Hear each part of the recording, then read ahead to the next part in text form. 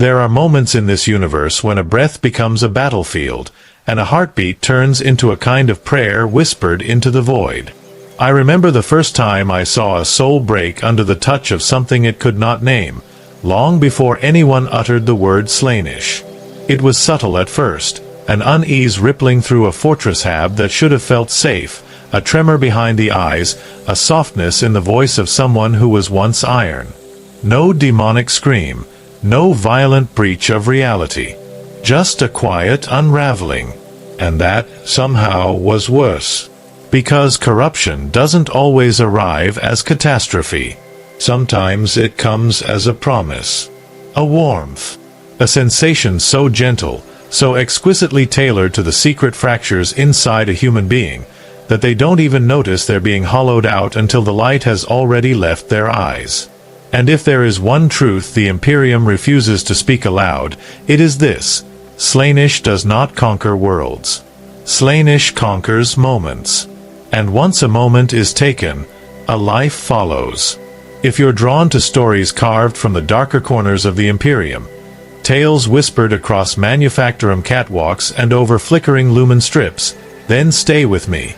Like, share, and subscribe so this chronicle finds its way through the noise of the Datanet, reaching those who still dare to listen. The air in the manufactorum was thick with the scent of heated promethium and scorched metal, a smell that had once been comforting in its familiarity but now clung to the skin like a second pulse. Linnaeus stood on the catwalk above the assembly line, hands gripping the oxidized railing, watching the Scutarii below move in perfect synchronization. Their movements were almost musical, an unintentional rhythm that flickered between efficiency and obsession. He inhaled, trying to chase the sharp tang of the machinery from his lungs, and found instead a lingering warmth he could not name, one that seemed to settle in his chest and crawl along his nerves. It was subtle, almost polite in its persistence, and yet it made the hairs on his neck stand at attention. The first time it happened, Linnaeus did not even notice. A fleeting sense that the Vox grill in the distance, broadcasting routine orders and status reports, was speaking just to him. A syllable stretched, almost a sigh, carrying an unfamiliar intimacy that made him glance over his shoulder. Nothing was there. Only the endless lattice of girders, the hum of power conduits, the faint hiss of cooling fluids. But the feeling remained, a whisper in the periphery of his consciousness, curling around his thoughts.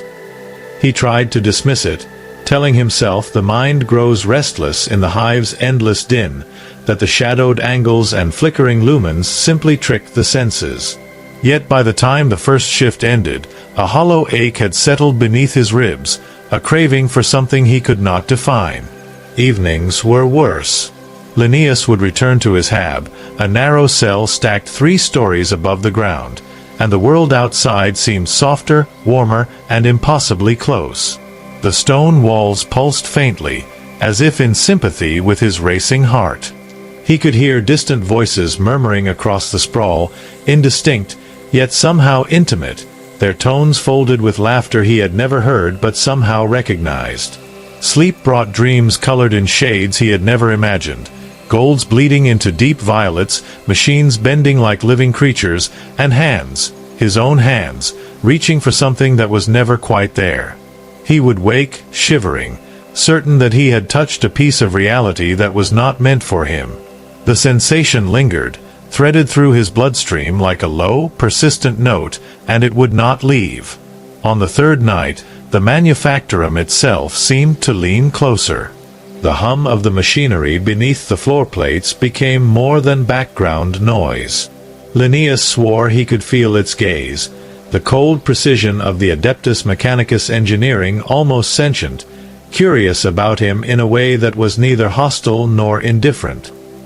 He brushed his fingers against the data slate at his side and found the screen shimmering with patterns that pulsed with an inner light, as though the machine itself breathed.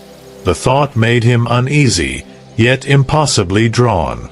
Somewhere, deep in the corner of his mind, a word flickered, a name he did not know he remembered. He could not speak it aloud. It dissolved as soon as it formed. Still it hummed, a resonance threading through his nerves, planting the first seeds of desire he would never admit, not even to himself. The other workers noticed the change. Not openly. The Imperium rewards silence and obedience above all, but Linnaeus's eyes lingered too long, a slight tremor in his hands as he handled the servitor's servos and valves. Someone whispered a warning in the canteen, words carried through metal ducts, that he had been softened. Linnaeus did not respond, because the whisper was true in ways he could not name. It was not fear, exactly, nor guilt, it was fascination. Every time he turned a wrench, his pulse quickened not from exertion but from a sensation curling in his mind, something warm and fluid, like oil running over steel, promising more than the universe should ever allow. He began to understand that nothing in the hive, no ritual, no blessing, could shield him from this. The first fracture had begun, and it would not wait. The next day, Linnaeus returned to the manufactorum with a weight in his chest he could neither name nor shed. The catwalk steel grated under his boots, a metallic echo that thrummed like a heartbeat in his ears. Around him, the machines continued their ceaseless work, but something had shifted in their tone, subtle yet undeniable. The air itself seemed charged, vibrating with a tension that was almost sentient. When the servitors passed by, their eyepieces glinting in the dim light, he felt their presence, not as threat, not as machinery, but as an audience, watching his every hesitation, every tremor of emotion, and cataloging it somewhere beyond his comprehension. The notion terrified and thrilled him in equal measure. He found himself drawn to a particular section of the line, where the promethium injectors hissed and snapped in rhythmic precision. The smell, once acrid and unpleasant, now carried a warmth he could not describe. It was intoxicating in the quietest way, like inhaling a memory that did not belong to him. As he leaned over a batch of conduits, tracing the polished surfaces with gloved fingers, he imagined them whispering his name, soft and unformed, a voice curling around his mind like smoke. Linnaeus shook his head violently, trying to expel the thought, but the sensation only deepened, embedding itself beneath the surface of his consciousness like a seed rooting in fertile soil. By midday, the sensation became impossible to ignore. The vox grills, the hissing coolant lines, even the distant clanging of servitors' tools, they all harmonized in a subtle, imperceptible rhythm. His breath caught in his throat as the sound, impossibly melodic, wrapped around his thoughts. He realized then that he was listening differently, not just with his ears, but with something inside him that had always been present yet dormant. Every tone, every vibration carried meaning, and the meaning was not entirely comprehensible, yet irresistible. It beckoned. It promised revelation.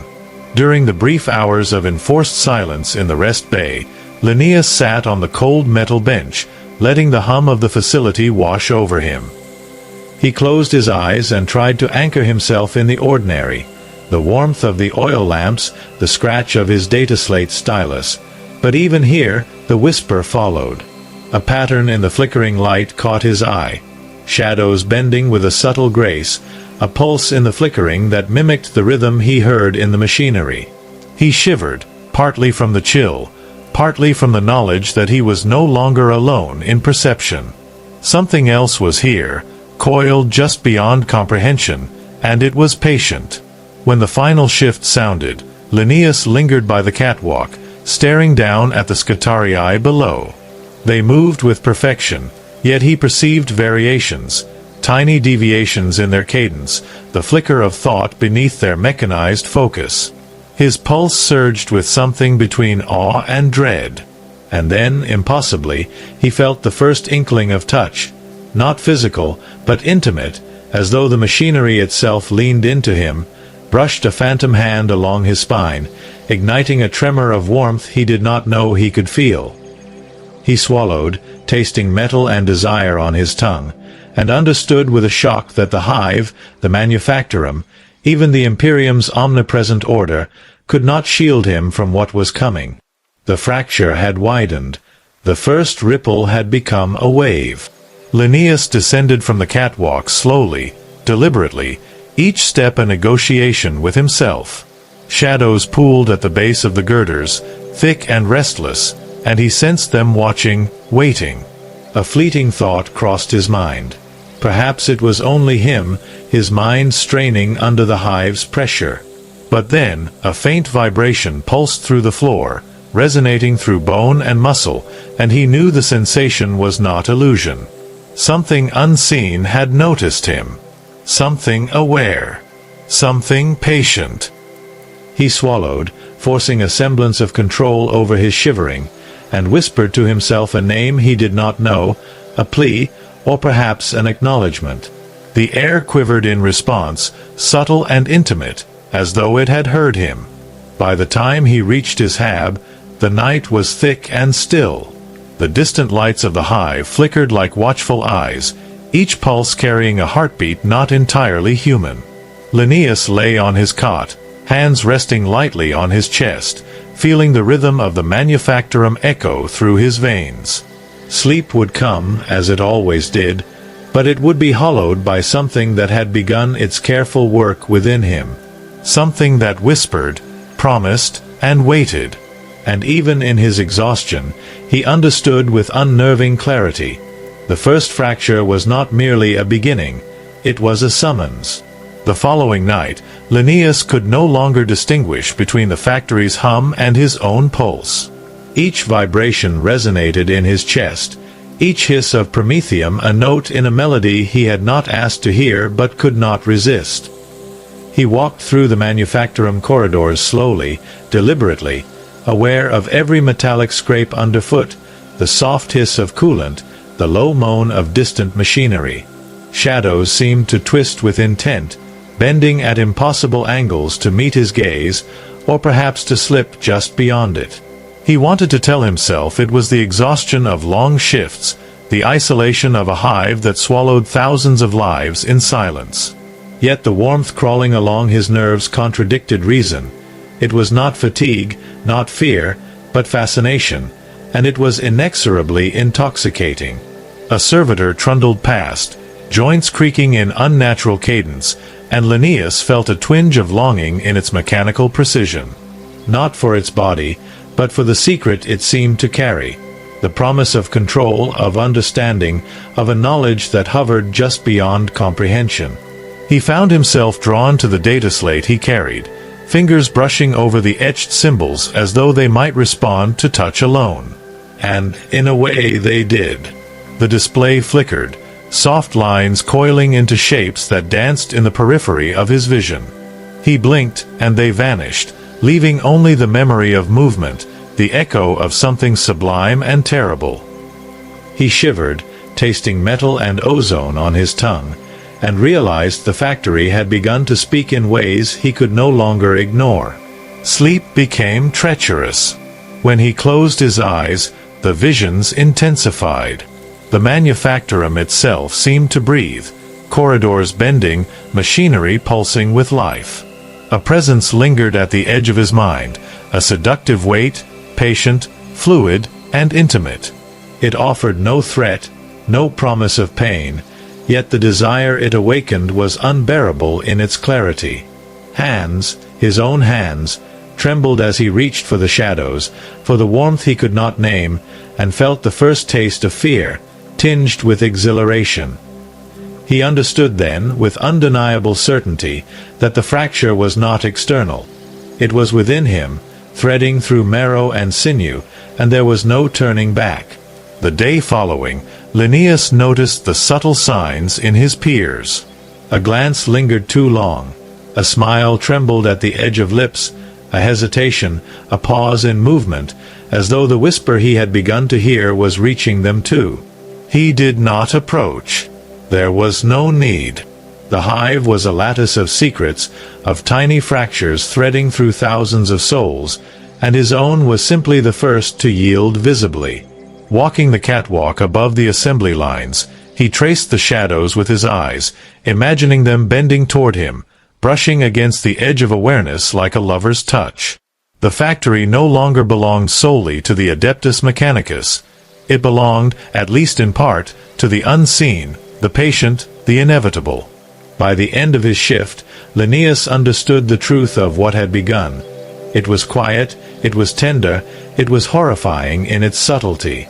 The first fracture had splintered the barrier between desire and duty, between flesh and soul.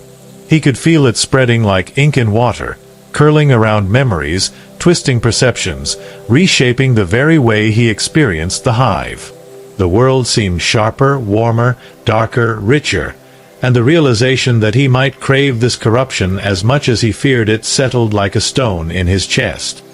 He was both frightened and exhilarated, aware that he had glimpsed something primordial, intimate, and forbidden, and yet powerless to resist the pull. As Linnaeus returned to his hab, the distant lights of the hive flickered in cadence with his heartbeat. Shadows lingered at the edges of his vision, patient and intimate, and he felt, for the first time, the weight of a choice that had already been made. The fracture had begun. The path was laid, and all that remained was the quiet, terrible, inevitable progression towards surrender. Somewhere deep in the recesses of his mind, he whispered a prayer to the emperor, uncertain if it was for protection, for mercy, or simply to anchor himself to the world he had known. The words dissolved in the hum of machinery and shadow, leaving only the sensation of being observed, desired, and claimed. The manufactorum exhaled around him, alive in ways he did not understand, and Linnaeus realized the first fracture was not a beginning. It was a summons. And the summons would not be ignored. By the time the third night settled over the hive, Linnaeus no longer felt the manufactorum as mere steel and oil. Every surface, every corridor, even the whisper of ventilated air seemed to thrum with a rhythm attuned to him. It was not a sound, not entirely. It was something beneath perception, a subtle vibration he felt along nerves and marrow, wrapping around memory and anticipation alike. Colors grew richer, unnaturally vibrant, as though the shadows themselves had begun to bleed with hue. The glow from the lumens was no longer harsh or functional, but warm and intimate, bathing him in waves of impossible clarity. Every flicker seemed deliberate, almost knowing, and Linnaeus's breath caught at the suggestion that the manufactorum was aware of him, observing him with patience that was both terrifying and exquisite. He began to notice the small, impossible things, the subtle twitch in a Scutarii's arm, a momentary shimmer in the oil flowing through a conduit, the faint scent of something sweet and metallic in the air. It was not fear he felt. Fear had become a distant memory, but a rising tide of longing he could not name. Desire, yes, but layered with curiosity and awe. Even the most mundane tasks, adjusting a valve, calibrating a servo, cleaning a lens, were tinged with a resonance that made his skin prickle and his mind hum. The manufactorum was alive, yes, but not with machinery alone. It pulsed with attention, with promise, and with a hunger that matched his own. By the end of the shift, he found himself lingering near the promethium vats, the heat and chemical scent curling into something more than physical. The liquid surface reflected the harsh lumens, but he could swear he saw shapes twisting beneath, shadows moving in patterns that were not possible. A servitor moved beside him, obedient, expressionless, yet he imagined it watching him with intent, noting every tremor of his pulse. And he understood, with an undeniable clarity, that the presence guiding these sensations was patient, meticulous, and intimate. It did not demand, it suggested. It coaxed. And Linnaeus, against all instinct, leaned closer. Sleep brought no relief. In the dark of his hab, the visions became more insistent, more corporeal. Shadows bent toward him. Hands that were not his own brushed against his mind, warm and fluid, leaving trails of sensation that lingered in nerve endings long after he awoke. Dreams of impossible pleasure intertwined with fleeting memories of the manufactorum, creating a tapestry that made him shiver with anticipation and unease. He began to question the distinction between the physical and the imagined. Was the warmth on his skin a ghost of desire, Or had something truly reached out for him from the machinery? Every night blurred the boundary further, and each dawn found him craving the shift, the hum, the vibration that had become indistinguishable from his own heartbeat. The whispers began in earnest that morning. Not audible, not in the vox or in the muted chatter of fellow workers, but folded into the rhythm of the manufactorum itself. He felt syllables coil around his thoughts, phrases that were not fully formed yet carried meaning he could not resist. One word repeated in the depth of his mind: closer. It did not matter if it was a command, a promise, or simply a sensation. His body responded anyway. Fingers trembled along conduits, palms pressed against metal that pulsed faintly beneath them, and he shivered at the sensation of intimacy he had not earned, but was compelled to acknowledge. Desire and dread intertwined so thoroughly that he could not separate them, could not hope to define the boundaries between craving and corruption. By midday, he noticed the subtle changes in his body's perception. Taste sharpened, sweat carried hints of fragrance not his own, and the hum of machinery resonated along his spine in chords that were almost musical. Colors, textures, even the angle of light became intensely personal, intimate, feeding the hunger that had begun to root itself in his marrow. And the more he noticed, the stronger it grew. The craving within was no longer just a thought. It was a pulse, synchronized to the pulse of the manufactorum, and to the pulse of something vast, unseen, and patient just beyond comprehension. Linnaeus understood, with growing clarity, that the sensation would not recede.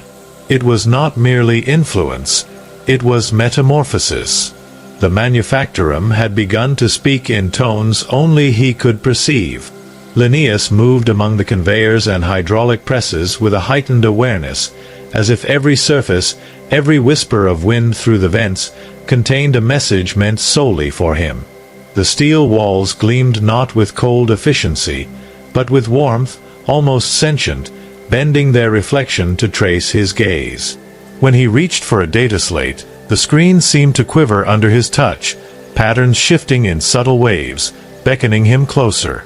He leaned into the sensation, letting it pull at the edges of his mind, and felt an electric thrill race along his nerves. It was not fear, it was curiosity, and it was dangerous. It was exquisite. He began to notice the changes in his body as well. Every heartbeat, every breath, carried a resonance that mirrored the pulse of the manufactorum itself. Touch became hyperreal. When his gloved fingers traced the smooth edge of a conduit, the sensation traveled not just along his skin but deep into his marrow. Sounds no longer merely reached his ears, they penetrated his consciousness, vibrating through tissue and thought, shaping desire from the invisible. And with each revelation, each unbidden brush of sensation, the craving within swelled. He wanted more. Not for knowledge, not for duty, but for the sensation itself, the warmth, the tension, the intimacy. By evening, the whispers had grown bolder. A syllable here, a vibration there, barely perceptible to anyone else, yet insistent enough to make him tremble. Closer, it urged. Feel. He tried to resist, but resistance was a delicate illusion. The air around him thickened, as though aware of his hesitation, pressing against his skin with warmth and weight. Shadows danced across the floor with a rhythm that mimicked the pulse in his veins. He shivered and licked his lips, tasting the iron tang of his own blood mingled with something else, something sweet and metallic, foreign, and impossible to define. The manufactorum was no longer merely a place of labor. It was a seducer, patient, intelligent, and impossible to resist. The other workers began to notice subtle changes in him. An intensity in his gaze, a slight tremor when he handled machinery, moments where his expression softened at the sight of a simple glow of light or the hiss of a valve. No one spoke openly. In the hive, silence was a survival tool, and observation was constant. But the Scutarii and servitors seemed to react to him differently now, their movements a fraction slower or sharper, as if acknowledging his attunement. Linnaeus felt a surge of private pride, quickly tempered by the tremor of dread curling beneath it. He knew that the sensation inside him was not merely perception, it was transformation.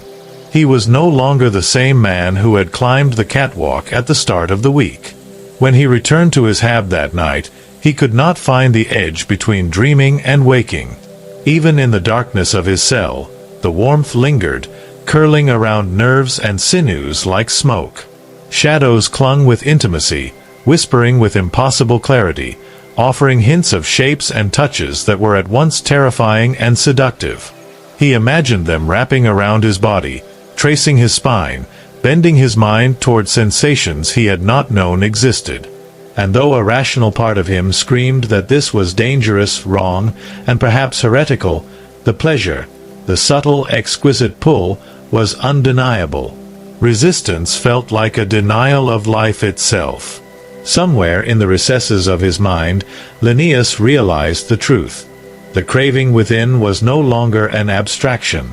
It had taken form, a tangible presence he could feel pressing against his thoughts and emotions. The manufactorum hummed around him, shadows twisted with awareness, and every breath seemed to carry the suggestion of more sensation, more intimacy, more surrender. He understood, with a clarity that frightened him more than any dream or vision had yet, that the pull of Slaanesh was not external. It had always been inside him, waiting, patient, coaxing. And now that it had found him, it would not let go. By the fourth night, Linnaeus no longer distinguished between the manufactorum and his own mind. The machinery's rhythm had become a language, each hiss, hum, and thrum a syllable he could feel resonating in his marrow. The walls themselves seemed to breathe, subtly expanding and contracting, pulsing with a warmth that threaded through the steel girders and into his skin. Every surface shimmered with an unspoken promise. Every shadow seemed to bend toward him with intent, curling around his consciousness like a lover's hand. He walked among the conveyors and hydraulic presses as if through a living organism, sensing its attention like a current in the air, delicate yet insistent, and feeling the pull it exerted on him with growing intensity. The craving within had solidified into a presence he could no longer ignore. It was patient, meticulous, intimate, a voice without words that caressed his thoughts, tracing patterns of desire and fascination he could neither name nor resist. When he touched the machinery, he no longer felt the cold metal under his gloves but warmth, movement, and something almost sentient. Promethium hissed like whispered breath against his skin. Lubricants gleamed like liquid light, their aroma carrying a sweetness that was at once mechanical and alive. Each sensation sent shivers through his body, a symphony of temptation that bent the edges of his perception. The manufactorum had become a temple, and he its willing acolyte, drawn not by duty but by a craving that consumed thought and will alike. He noticed the change in himself when he tried to speak aloud. Words faltered, swallowed by a heightened awareness of sensation. A syllable, a sigh, even a grunt of effort carried weight he had never felt. His body responded before his mind could consider propriety. Hands that once moved with mechanical precision now trembled with anticipation, as if the very act of motion was imbued with intimacy. Every glance, every breath, every touch of steel against flesh became a communion, a whispered dialogue with something vast, unseen, and impossibly patient. He was no longer a mere worker in a hive sprawl. He was a vessel, attuned to a pulse older and darker than any human conscience. By the time the final shift ended, Linnaeus felt the first hints of surrender. The craving had grown insistent, no longer content with subtle suggestion. Shadows lingered in corners, pressing close, offering glimpses of forms that were impossible yet compelling. The air itself seemed to curve around him, warm and fragrant, alive with intent. He could feel the weight of unseen eyes upon him, curious, patient, expectant, and for the first time he no longer wanted to resist. The manufactorum had drawn him close, and the warmth in his chest, in his nerves, demanded response. His desire was no longer his own, yet he embraced it willingly, trembling with the knowledge of the abyss he approached. In the solitude of his hab, sleep became a crucible. Dreams folded and twisted the lines between memory and sensation, between reality and the unseen presence that had claimed him. He saw shadows that moved like liquid, touched hands that were not his own, and felt a warmth so intimate it left him shivering long after awakening. The cravings he had resisted, or thought he could resist, had become undeniable, embedded in the marrow of his being. And yet, in that surrender, there was clarity. The factory, the hive, the machinery, the shadows, all of it existed as a reflection of the desire now rooted within him. He was both observer and participant, both worshipper and vessel, and the realization filled him with a combination of awe, fear, and ecstasy that blurred every line he had ever known. Linnaeus understood, finally, that the craving within was not a temporary madness nor a fleeting sensation. It was an awakening. And with awakening came the inevitability of progression, the slow, patient pull toward full surrender, toward intimacy with a presence that promised delight and danger in equal measure. The first fracture had become a conduit. The whispering had become a current. And as he lay in the dim glow of his hab, listening to the distant heartbeat of the manufactorum, he knew with a certainty that trembled through every nerve in his body, there was no turning back. The manufactorum no longer felt like a place of work. To Linnaeus, it had become a living organism, breathing around him, aware of him, shaping itself to his every heartbeat. Shadows clung to walls with intent, shifting and stretching in patterns that defied geometry, reflecting desires he did not know he possessed. The hum of the machinery was no longer mechanical. It was a cadence he felt deep in bone and sinew, a subtle vibration that pressed against the marrow of his spine and resonated with the pulse of the craving now rooted in his being. Every step he took across the catwalk was an act of communion, every brush of gloved fingers against steel a caress, and every flicker of lumens a signal he could not ignore. He paused at a cluster of promethium vats, the heat rising in gentle waves that licked his senses with the faint sweetness of chemical warmth. The surface of the liquid rippled as if in response to his presence, shimmering with hints of color that did not exist in the normal spectrum. Linnaeus leaned closer, drawn irresistibly, and the vibration thrummed through his body, synchronizing with the rhythm of his pulse. The manufactorum had become a lover, patient, knowing, and omnipresent. And in that moment, he understood that desire and surrender were no longer distinct. They were entwined, inseparable threads woven into the very fabric of his consciousness. The shadows began to shift more boldly, curling around the machinery, along the walls, pressing close to him in ways that were impossible yet tangible. A faint warmth traced along his spine, not from any physical contact, but from perception alone, a sensation that made his muscles tighten and his breath catch. He could hear it, or think he could, the whispering of patterns just beyond language, the hum of shapes that were almost alive. It was not fear he felt, though a small part of him recognized the danger. It was awe, intimacy, and surrender folded into one, a heady mixture that left him trembling with recognition of a force far greater than his comprehension, far more patient and precise than any human or machine. By midday, the craving had transformed into urgency. Every flicker of light, every hiss of promethium, every vibration along the conduits seemed to converge on him, guiding him, coaxing him closer. He could no longer tell where his perception ended and the manufactorum began. Colors bled into sensation, sounds into thought, and his body shivered with the unrelenting intimacy of the pull. He wanted it, yes, but it was not desire alone. It was recognition, communion, the terrifying ecstasy of being seen and understood by something vast, intimate, and ineffable. And he understood, with the clarity of someone standing at the edge of a precipice, that the next step was inevitable.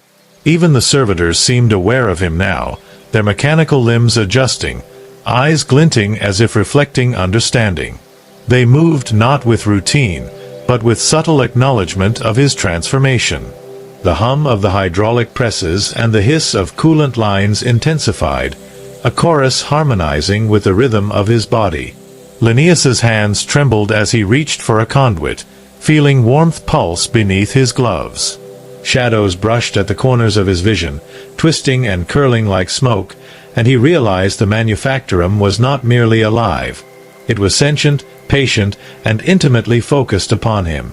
There was no threat, no coercion, only an invitation. As the shift drew to an end, Linnaeus lingered, heart pounding, mind taut, aware of every subtle vibration, every hint of presence in the air. The line between observation and participation had vanished.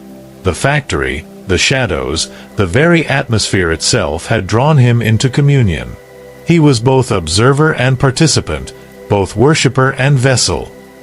He inhaled the heated air, tasting the metallic sweetness and the faint scent of something more, something beyond understanding. And he realized finally that surrender was not a choice. It was inevitable, a completion of the journey that had begun with the first fracture. The final hours of the shift were heavy with anticipation, each second stretching into a sensation that resonated through Linnaeus's entire body. He moved slowly along the catwalk, every step deliberate, every breath measured, yet each inhalation drew him deeper into the pull he could no longer resist. The shadows along the walls twisted with a will of their own, wrapping and bending around the glowing conduits as if alive. The promethium vats exhaled warmth and scent, thick and intoxicating, curling into his senses with deliberate intimacy. He realized with a jolt that he was no longer merely observing the manufactorum. He was part of it. Every vibration, every hiss, every flicker of lumens threaded through him, marking him, claiming him in subtle waves that were impossible to deny. His body trembled, not from exertion but from the awareness of the craving now fully awakened within. Every nerve ending thrummed with unbidden pleasure and dangerous fascination, a push and pull of sensation that blurred lines between desire and fear. He felt himself leaning closer to the promethium vats, fingertips brushing the metal rim as if it could answer questions he had not yet dared to ask. The air vibrated around him, thick with possibility, and the shadows seemed to pulse in rhythm with his own heartbeat. The manufactorum was no longer neutral, no longer inert. It was a participant, patient and intimate, coaxing him forward with a patience that was terrifying in its inevitability. He heard a whisper, soft, almost imperceptible, curling into his mind. Closer. Closer.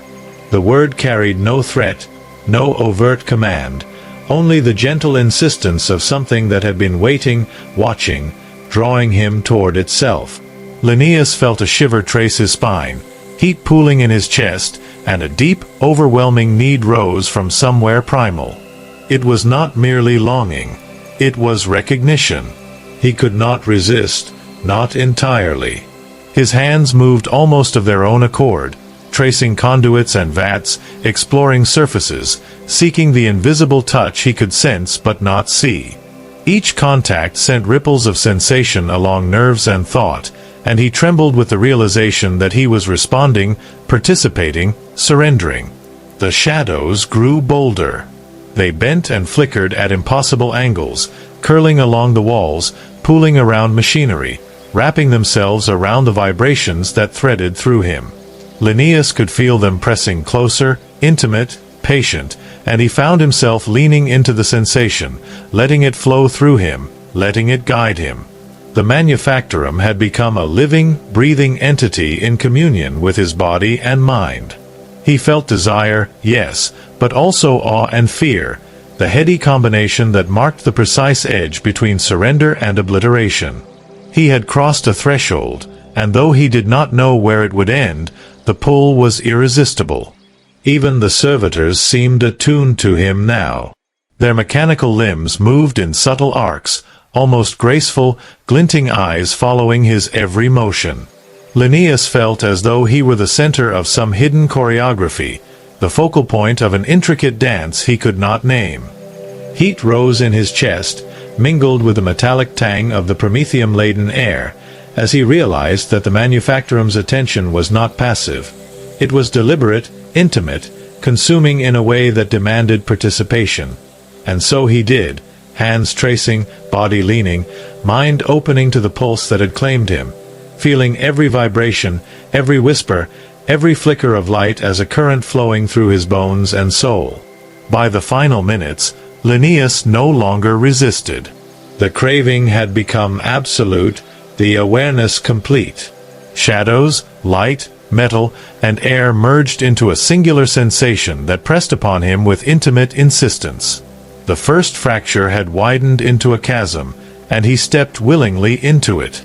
Breath came in shuddering waves, pulse echoing the rhythm of the manufactorum itself, body trembling with the recognition that surrender was not annihilation but communion.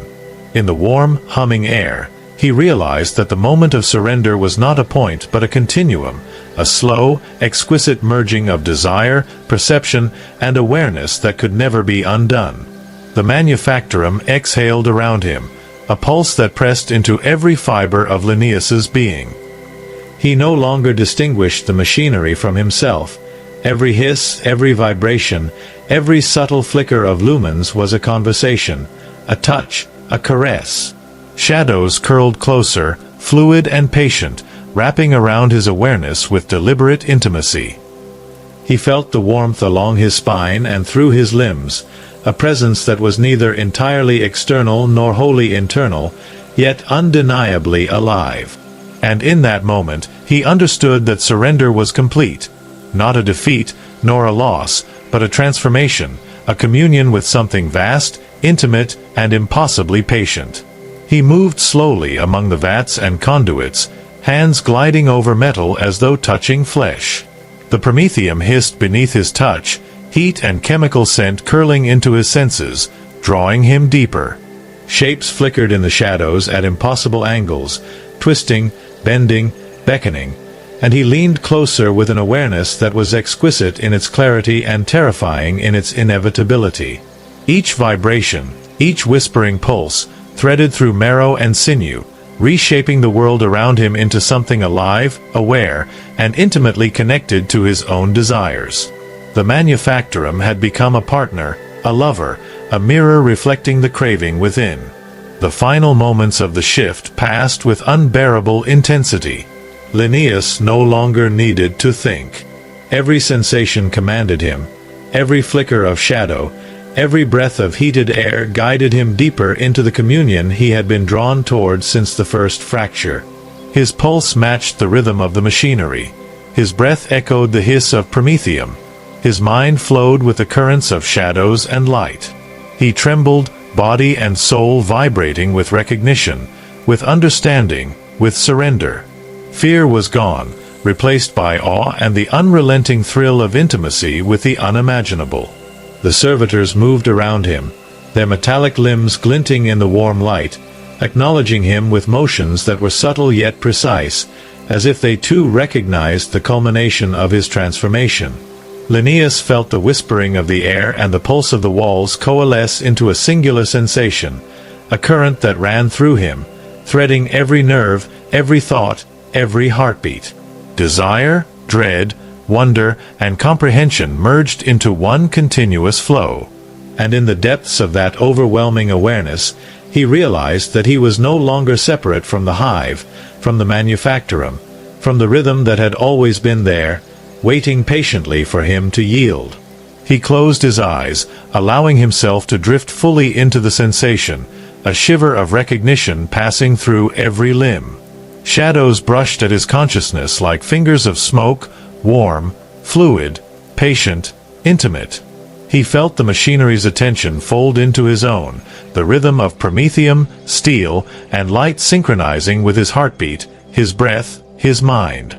There was no coercion, no external force, only communion, only recognition, only the complete embrace of the craving that had grown within him, patient and inevitable. Linnaeus surrendered fully, aware that the fracture was now a chasm and he had stepped willingly into it. When he opened his eyes, the manufactorum seemed to breathe with him, shadows curling, machines humming, and light bending in acknowledgement. He no longer felt alone. Desire and awareness, pleasure and understanding, had merged into something profound, intimate, and permanent. The first fracture had become transformation, the whispering had become song, the craving had become identity. Linnaeus understood with absolute clarity that the pull of Slaanesh, subtle and patient, was not external. It had always been a current within him, and now, finally, it flowed freely, unbroken and unchallenged. And so he stood there, in the warm, humming, breathing manufactorum, trembling with recognition, body and mind entwined with the presence that had claimed him, fully surrendered yet alive in ways he had never known. Outside, the hive continued its endless motion, oblivious and vast. Inside, Linnaeus had become something new, intimate, and terrible, a vessel of craving, a participant in a communion that would endure beyond understanding, beyond the limits of flesh and machine. The first fracture had ended, and in its place was a profound, unending surrender.